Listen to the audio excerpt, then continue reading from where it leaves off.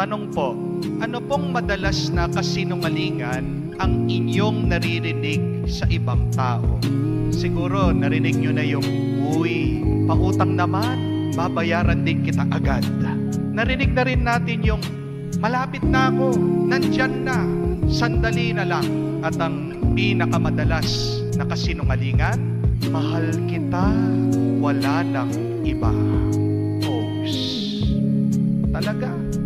Research says that the average person lies about 1.65 times a day. Ibig sabihin, in a year, we lie for 600 times.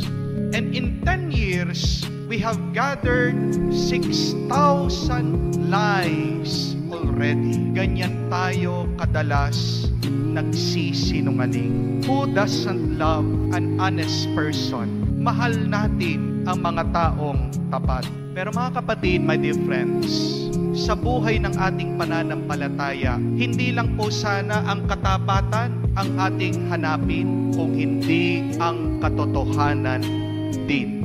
If we love honesty, we should all the more love truth. Many times we confuse truth with being honest. But truth is much more than honesty. Mas malalim ang kahulugan ng katotohanan kesa sa katapatan. Ano po ba ang katotohanan? Tandaan po natin ang turo at salita ni Jesus sa Ebanghelyo. Ako ang daan, katotohanan at ang buhay. Anong katotohanan? Ang katotohanan ay si Jesus. At ang pagiging totoo ay ang pagiging saksi kay Jesus. Jesus is the truth, and telling the truth is witnessing Christ. When we deny Jesus through our sins, we are not being truthful. When we live in sin, we are not witnessing to Christ.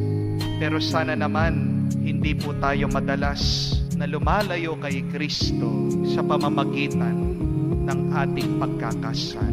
It would be very difficult to live day by day without the truth, without Jesus.